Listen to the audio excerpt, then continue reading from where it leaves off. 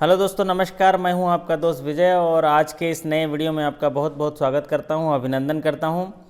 सबसे पहले मेरे सभी सब्सक्राइबर साथियों को देश के गणतंत्र दिवस की बहुत सारी शुभकामनाएं और उनको गणतंत्र दिवस की हार्दिक बधाइयाँ। जी हाँ, मैं इन पंक्तियों से आपका हौसला अफजाई करूँगा कि अनेकता में एकता ही इस देश की शान है। अनेकता में एकता ही इस देश की शान है। देशभक्तों से ही देश की जान है, देशभक्तों से ही देश का मान है और हम उस देश के फूल हैं यारो जिस देश का नाम हिंदुस्तान है।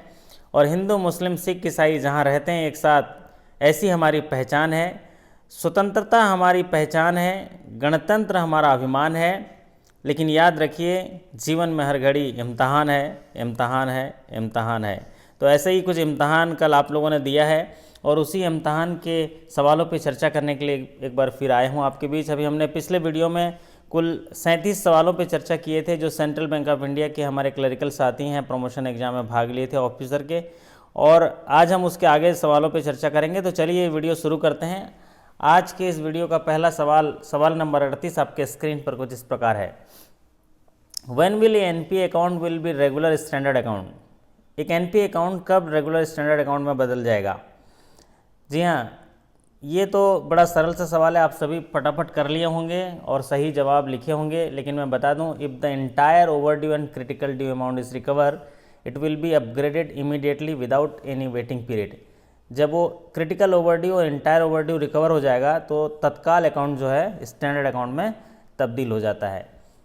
तो चलिए बढ़ते हैं। सवाल नंबर 39 आपके स्क्रीन पर कुछ इस प्रकार है। Insurance premium of deposit under DICGC are borne by. जी हाँ, बैंकों को अपने पब्लिक डिपॉजिट को इंश्योर करना होता है जो deposit insurance and credit guarantee corporation के निगरानी में किया जाता है। और इसका जो प्रीमियम है वो 10 पैसा प्रति सैकड़ा होता है। और ये कौन पे करता है? तो इसका सही उत्तर है 100% insurance premium are paid by banks half yearly. तो इसका पूरा प्रीमियम बैंक पे करती है और हाफ ईयरली तौर पे करती है। इसका सही उत्तर है बैंक्स। चलिए बढ़ते हैं। सवाल नंबर 40 आपके स्क्रीन पर इस प्रकार है। If A NPA account is 100% secured and in doubtful assets in how many year the provision will be 100%? इसमें सवाल पूछा गया, एक खाता एनपीए है जो 100% सिक्योर्ड है, मतलब सारे जो है सिक्योर्ड लोन है और वो डाउटफुल एसेट में है, तो कितने सालों में इसका प्रोविज़न जो है 100% हो जाएगा? तो साथियों इसका उत्तर होगा आफ्टर 3 ईयर्स। क्योंकि जब डाउटफुल जाता है तो 3 कैटेगरी होते हैं। डाउटफुल 1 में 25% का प्रोविज़न होता है, डाउटफुल 2 में 40% का और डाउटफुल 3 में 100%, और वहाँ तक जाने के लिए 3 साल चाहिए। तो टोटल जो है 3 साल में प्रोविज़न होगा 100% प्रोविज़न। तो इसका सही उत्तर होगा आफ्टर 3 ईयर। चलिए बढ़ते हैं। सवाल नंबर 41 आपके स्क्रीन पर कुछ इस प्रकार है। As per LRS the maximum outward remittance limit of foreign exchange is. Liberalise remittance scheme के तहत जो अधिकतम बाहर भेजे जाने वाला विदेशी मुद्रा एक रेसिडेंट के द्वारा कितना है? और ये तो बड़ा ही सरल सवाल है, आप सभी ने जब कर लिया होगा। और इसका सही उत्तर है $250,000 US। जी हाँ, $250,000 US किसी भी बोनाफाइड रीजन के लिए एक फाइनेंशियल ईयर में भेजा जा सकता है। तो ये उत्तर होगा $250,000 US।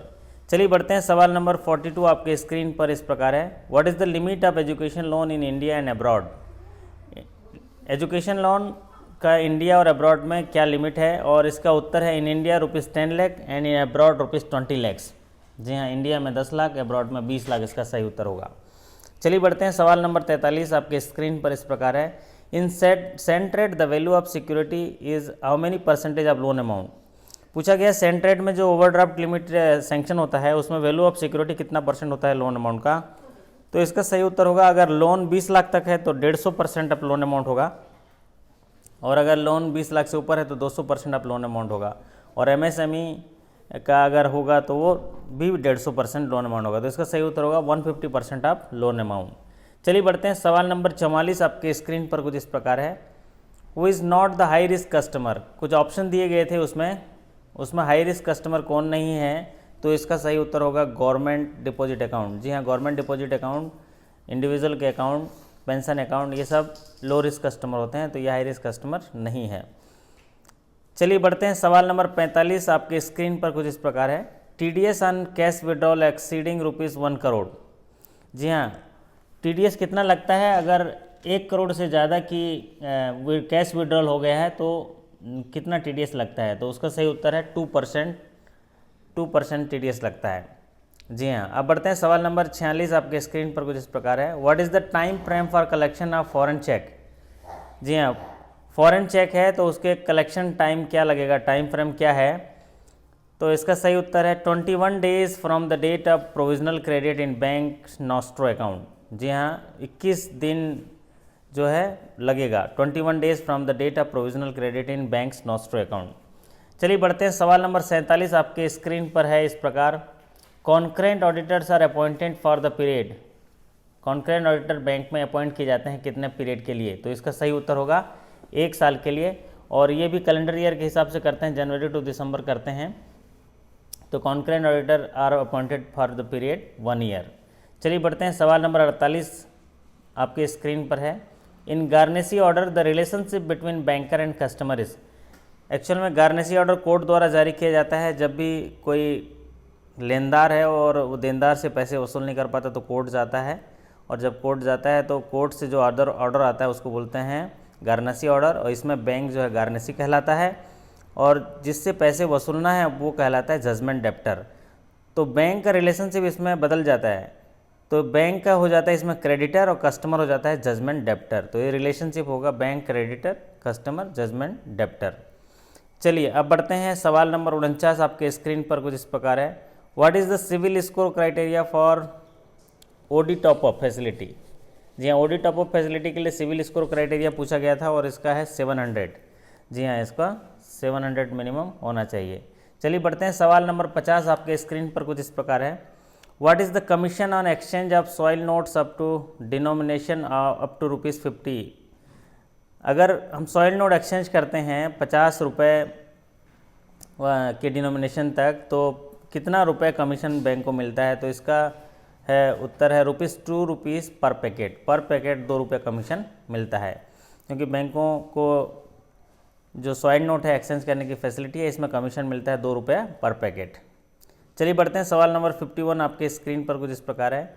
In Cent home loan up to ₹30 lakhs the maximum loan will be how much percentage of cost of house? मतलब इसमें मार्जिन पूछा गया है, मार्जिन कितना होगा या लोन अमाउंट कितना दिए जाएंगे अगर सेंट होम लोन 30 लाख तक है तो in Cent home loan if loan is up to ₹30 lakhs the maximum loan will be 90% of the cost of house होगा। 90% of the cost of house होगा। मान लीजिए मार्जिन पूछा गया तो 10% मार्जिन होगा। चलिए बढ़ते हैं सवाल नंबर 52 आपके स्क्रीन पर कुछ इस प्रकार है।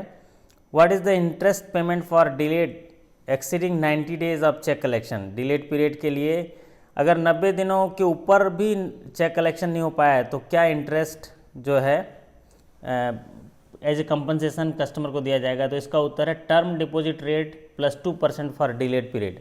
देखिए नॉर्मली हमको मैक्सिमम 14 दिनों में कलेक्शन ला के देना है, अलग अलग कैटेगरी में 7 डेज 10 डेज, अगर मेट्रो सिटी में तो 7 डेज, मेजर सिटी में तो 10 डेज और अदर सिटीज़ में तो 14 डेज इसमें कलेक्शन होना चाहिए। अगर उस टाइम पीरियड में कलेक्शन नहीं हुआ तो नॉर्मली हम टर्म डिपॉजिट का रेट पे करेंगे, लेकिन अगर 90 दिनों तक भी डिले होता है उसके बाद तो उसके एक्सीडिंग पीरियड के लिए term deposit plus 2% delayed period के हिसाब से इंटरेस्ट कंपनसेशन पे होगा। तो चलिए बढ़ते हैं सवाल नंबर 53 आपके स्क्रीन पर कुछ इस प्रकार है। उम्मीद करता हूँ कि ये वीडियो इसके सवाल आपको समझ में आ रहे होंगे और आपने एग्ज़ाम दिया है तो आपको याद भी आ रहे होंगे कि हाँ इस टाइप का सवाल आया था, ये सवाल आया था, मैंने क्या किया, तो आप अपना आकलन भी कर रहे होंगे। चलिए बढ़ते हैं सवाल नंबर 53 आपके स्क्रीन पर कुछ इस प्रकार है। What is the portion of principal and interest in EMI? सवाल पूछा गया था EMI जो बोलते हैं इक्विटेड मंथली इंस्टॉलमेंट जिसको बोलते हैं, इसमें पोर्शन क्या होता है प्रिंसिपल एंड इंटरेस्ट का? तो साथियों मैं बता दूं इसमें it is mainly the interest payment. सबसे ज़्यादा तो मेजर पार्ट जो होता है इंटरेस्ट का होता है और प्रिंसिपल पार्ट छोटा होता है। तो it is mainly the interest payment and that are being made while the principal repayment are much less. तो पहले सबसे ज़्यादा इंटरेस्ट पेमेंट होता है, धीरे धीरे बाद में फिर इंटरेस्ट कम होते जाता है और प्रिंसिपल बढ़ते जाता है, इसको बोलते हैं EMI। तो लार्जर पोर्शन फॉर इंटरेस्ट। चलिए बढ़ते हैं सवाल नंबर 54 आपके स्क्रीन पर इस प्रकार है। In housing loan maximum repayment period if house is older than 10 years.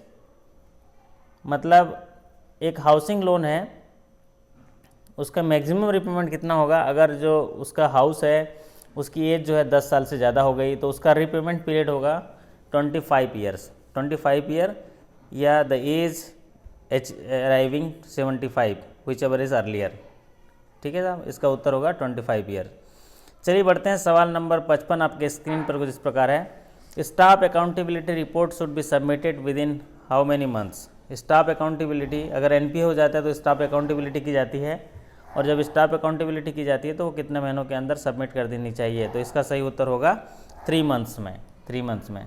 चलिए बढ़ते हैं, सवाल नंबर 56 आपके स्क्रीन पर इस प्रकार है। What is the insurance coverage for fraud in credit card. अगर क्रेडिट कार्ड में कोई फ्रॉड हो जाता है तो उसका इंश्योरेंस कवरेज कितने रुपए तक होता है, तो इसका सही उत्तर है अप टू ₹25,000, अप टू ₹25,000 जो है इंश्योरेंस कवरेज होगा। चलिए बढ़ते हैं, सवाल नंबर 57 आपके स्क्रीन पर कुछ इस प्रकार है। Bank guarantees are come under which liability. Bank guarantee को कौन सी लाइबिलिटी बोलते हैं।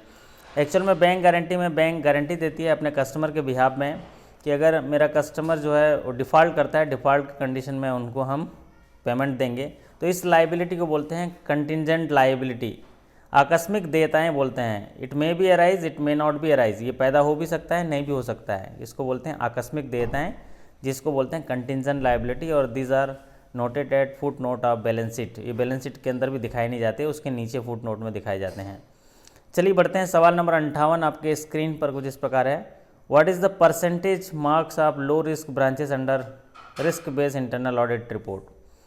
अगर लो रिस्क ब्रांच है तो उसका परसेंटेज मार्क्स कितना होना चाहिए अगर इंटरनल ऑडिट रिपोर्ट के हिसाब से, तो वो है ओवर 75%, ओवर 75%। ये अगर 50 से 75 है तो मीडियम रिस्क होता है, और 50 से कम है तो हाई रिस्क होता है, और 75 से ऊपर हो तो लो रिस्क होता है।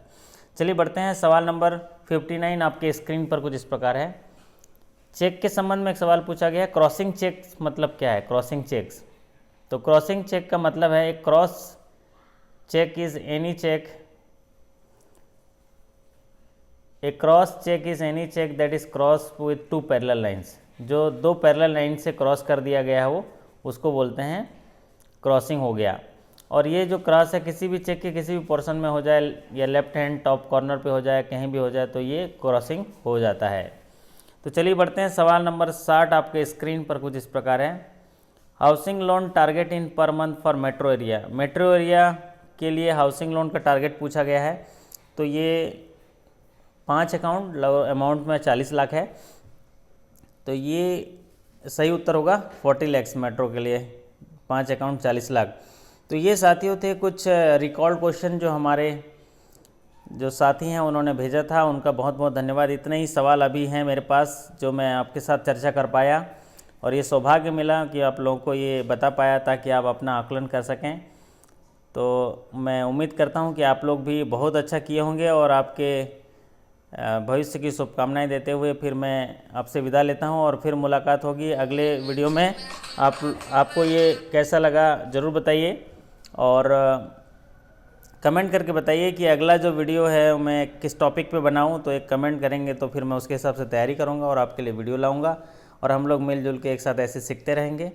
तो ये शानदार रहेगा। एक बार पुनः आपको गणतंत्र दिवस की बहुत बहुत बधाई। उम्मीद करता हूँ कि आप अपने परिवार के साथ स्वतंत्र होंगे, आज के दिन गणतंत्र भी होंगे, और बहुत सारे षड्यंत्रों से दूर होकर मुस्कान भरे ज़िंदगी के साथ बिल्कुल अपना काफ़ी कुछ प्रबंध किए होंगे। इस उम्मीद से आपसे विदा लेता हूं। चलिए मिलते हैं फिर अगले वीडियो में। अगर आप कोई वीडियो अच्छा लगा तो लाइक कर दीजिए, और चैनल में नए आए तो सब्सक्राइब कर दीजिए। फिर मुलाकात होगी अगले वीडियो से, तब तक के लिए बहुत बहुत धन्यवाद। वंदे मातरम, जय हिंद, भारत माता की जय।